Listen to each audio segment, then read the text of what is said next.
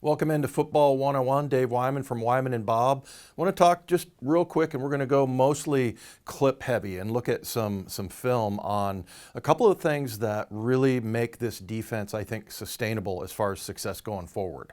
So, and I want to show a clip from Minnesota Viking game, which is pretty random. It's weird. I was watching Monday Night Football. I turned it on and just the first play that happened reminded me of what the Seahawks are starting to do better now. And one of them is the play out on the perimeter, the outside, and there's an old rule, and as an old inside linebacker, is turn everything back into the inside. And I used to hate it when the outside guys would let them get out the gate, out the side, because I'm running out there to make a tackle. Just turn him back in, and the inside guys will make tackles. That's what they're doing. So that's what perimeter play is about.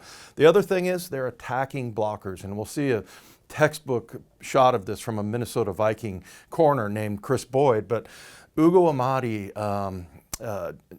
KJ Wright, Jamal Adams, those guys are starting to do that. They're really attacking blockers. So this is a good sign. I thought, in the San Francisco game, it was more about blitzing and getting after Jimmy Garoppolo, but that's not something you can do all the time. These kinds of things that they're doing are sustainable. So let's take a look at them.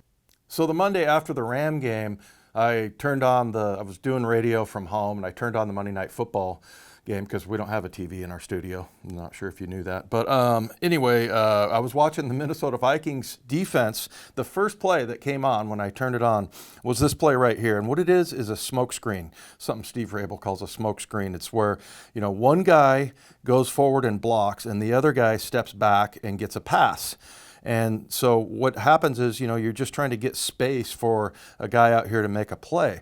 Well, what happens is this corner right here recognizes it right away. And this is some of the things we're seeing the Seahawks do. He just runs up and just jams this guy. And let's take a look at it. Here he is closing down very quickly. And here's the guy that's coming to block him. And again, like I said, you want to turn everything back inside. So he attacks the guy's outside shoulder. And then in this play, you can see the sort of follow through. His arms are up in the air, but he just blasted this guy, and he's, getting knocked backwards, and he eventually gets knocked into the ball carrier. And then you see this guy closing from inside out. And so as long as you turn it back in, you're doing your job. And then finally, the tackle right here for no gain. And this is the guy that attacked the blocker right here, but he turned it back into his teammate there. And it's a smoke screen that went for no gain. You can see this guy is like, wow, what just hit me? And that's what you got to do. You got to be physical out on the edges. So let's take a look here at the Ram game.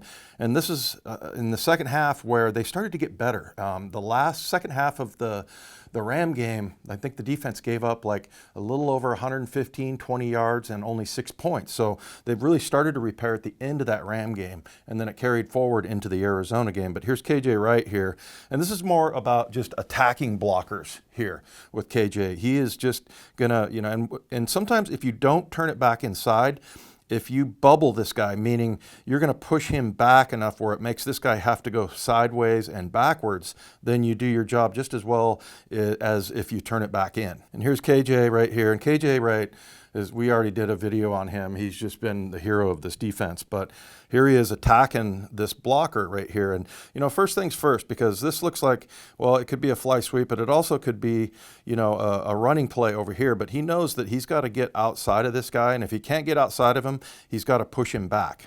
So here's KJ right here. Now, they started the line of scrimmage here, but again, it looks like he's going to get hooked to the inside a little bit. And, he probably could have done a better job of getting over the top, but at least, the line of scrimmage is here. He's pushed this guy back 5 yards. So again, it's making this guy, instead of going north-south, he's having to go east-west. And then here's KJ right here. And look, it's still, they get a little bit of a gain here, but it's only like 3 yards. And for 3 or 4 yards on a fly sweep, that's a win. So Trey Flowers makes the tackle right there, and KJ did his job.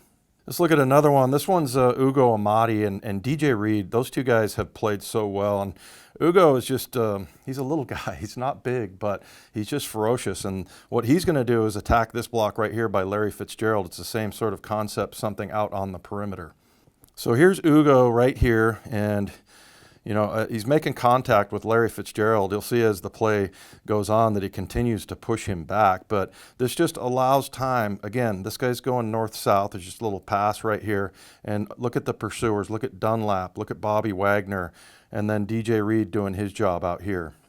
And so now you look at Ugo has pushed Larry Fitzgerald back so far. He's having to actually turn around and run. But here comes the cavalry, right? I mean, here's all the inside guys. And as long as you either bubble this and make him, and he kind of actually goes upfield a little bit too far, but, you've got all this pursuit and you just know there's no way he's going to go anywhere. And that's mostly because of what Ugo did there.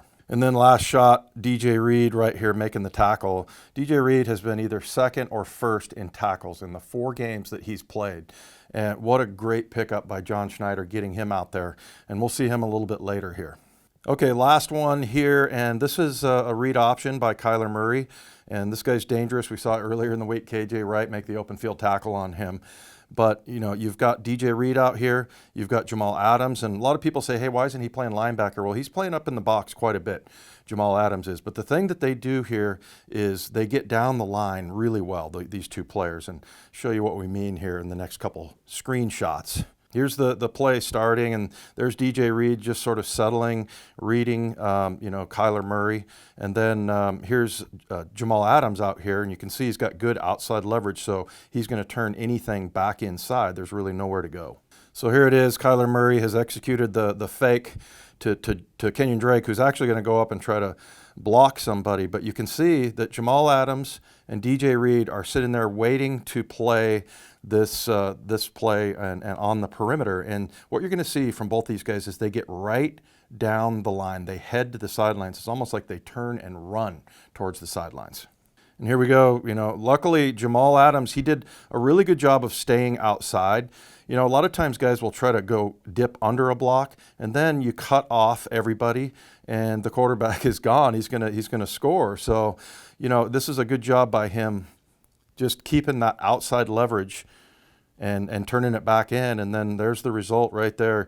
You see DJ Reed and Jamal Adams just playing the perimeter. But if you look at the path that they took, they made contact with their blockers and then just got straight down the line, and he was not able to get outside. So these are a couple of the things, the little things, and from guys like DJ Reed and Ugo Amadi, it's really impressive to see that those are guys that at the beginning of the year you didn't even know DJ Reed was going to be on the team at that time. So really good job by these guys. I think this is what makes it sustainable. Now, they have to go prove it, okay? They have to go prove it that they can do it, a second, a third time, a fourth time. They got a I don't want to say easy stretch because there's no easy games in the NFL, but they're going to play the NFC East, the 0-10 Jets or 0-11 or whatever they are.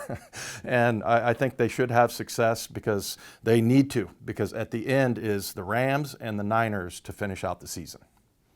Football 101 is brought to you by Heritage Distilling Company, makers of BSB, Brown Sugar Bourbon.